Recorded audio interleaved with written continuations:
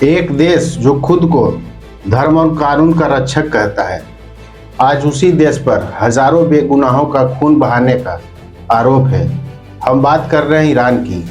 हम आपको दिखाने जा रहे हैं वो सच्चाई जिससे दुनिया की ताकतवर सरकारें भी नजरें चुरा रही है। चैनल को सब्सक्राइब करें और हर अपडेट पहले पाएं। तारीख 25 सितंबर 2022 से शुरू हुआ आंदोलन आज भी खामोश नहीं हुई है।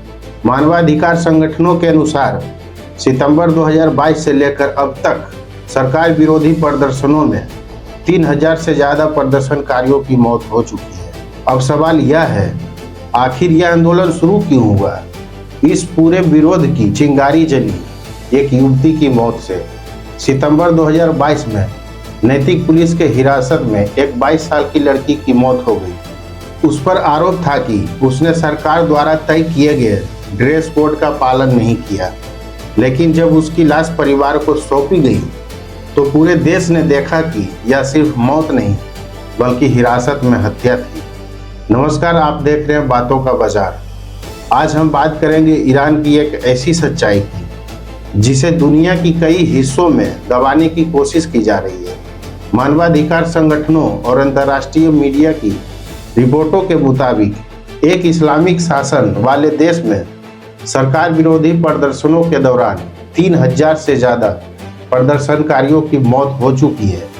यह सिर्फ एक आंकड़ा नहीं है, यह 3000 उजड़े हुए परिवारों की कहानी है। जिस आंदोलन की हम बात कर रहे हैं वह सितंबर 2022 में ईरान में शुरू हुए विरोध प्रदर्शनों से जुड़ा है, जो महसा अमीनी नाम की 22 साल की युवती की ईरान की नैतिक पुलिस की हिरासत में मौत के बाद भड़क उठा। इसके बाद पूरे ईरान में सरकार और धार्मिक शासन के खिलाफ बड़े पैमाने पर प्रदर्शन शुरू हुए, जिन पर सख्त कार्रवाई की गई। इसी कार्रवाई को लेकर मानवाधिकार संगठनों ने दावा किया है कि 3000 प्रदर्शनकारी मारे गए हैं, जिनमें से कई छात्र, महिलाएं और आम नागरिक थे। आज ईरान की आधिकारिक मुद्रा रियाल का विनिमय दर बेहद कमजोर हो चुका है।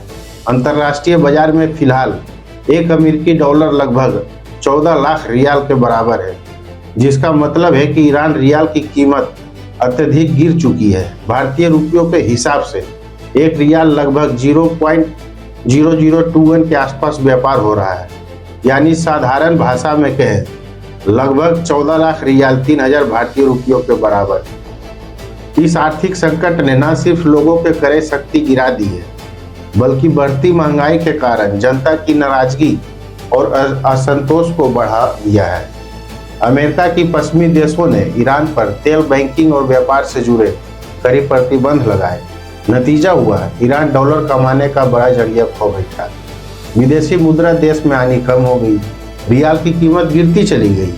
ईरान सरकार आज दुनिया के मंच पर एक बेहद विवादास्पद स्थिति में है, जहां एक ओर वह खुद को आत्मनिर्भर इस्लामिक गणराज्य कहती है, वहीं दूसरी ओर अंतर्राष्ट्रीय समाज में उसे दमनकारी शासन के रूप में देखा जा रहा है। पश्चिमी देशों की नज़र में ईरान की सरकार मानवाधिकार उल्लंघन, महिलाओं की आज़ादी पर पाबंदी और प्रदर्शनकारियों के खिलाफ हिंसा के कारण कटघरे में है। अमेरिका और यूरोपीय यूनियन दोनों ने ही तेल, बैंकिंग और व्यापार पर कड़े आर्थिक प्रतिबंध लगाए हैं। इन प्रतिबंधों के चलते ईरान की अर्थव्यवस्था चरमरा गई और रियाल की कीमत इतिहास के सबसे निचले स्तर पर पहुंच गई।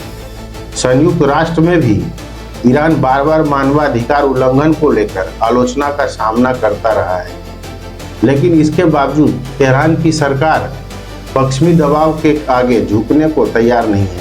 वह कहती है, हम अपनी नीतियां खुद तय करेंगे, किसी विदेशी ताकत के कहने पर नहीं। दूसरी ओर रूस, चीन और सीरिया जैसे देश ईरान के साथ खड़े हैं। उनके लिए ईरान एक ऐसा सहयोगी है जो पश्चिमी प्रभुत्व के खिलाफ खुले तौर पर आवाज उठाता है। इसी वजह से ईरान आज विरोध और आत्मनिर्भरता की मिसाल तो है, लेकिन साथ ही एकाकीपन और आर्थिक संकट का प्रतीक भी बन गया है। आज सबसे बड़ा सवाल यही है, क्या सत्ता बचाने के लिए हजारों जानें लेना जायज है? क्या धर्म या शासन के नाम पर मानवाधिकारों को कुचला जा सकता है? और क्या दुनिया सिर्फ बयान देकर अपना फर्ज पूरा कर लेगी। आज उन 3000 से ज़्यादा लोगों की कोई तस्वीर तो हमारे पास नहीं है, लेकिन मानवाधिकार के अनुसार उनकी मौतें इतिहास में दर्ज हो चुकी है। अगर आज दुनिया चुप रही तो कल कोई और देश, कोई और सरकार इसी रास्ते पर चलेगी, क्योंकि अत्याचार हमेशा चुप्पी से ही ताकतवर बनता है। जहां सवाल सरकार से है, धर्म से नहीं, जहां सवाल सत्ता से है, आस्था से नहीं। क्योंकि कोई भी शासन तभी महान कहलाता है जब वह अपनी जनता की आवाज से डरता नहीं है, बल्कि उसे सुनता है। मैं हूं राहुल कुमार और आप चैनल को सब्सक्राइब, शेयर, कमेंट कीजिए।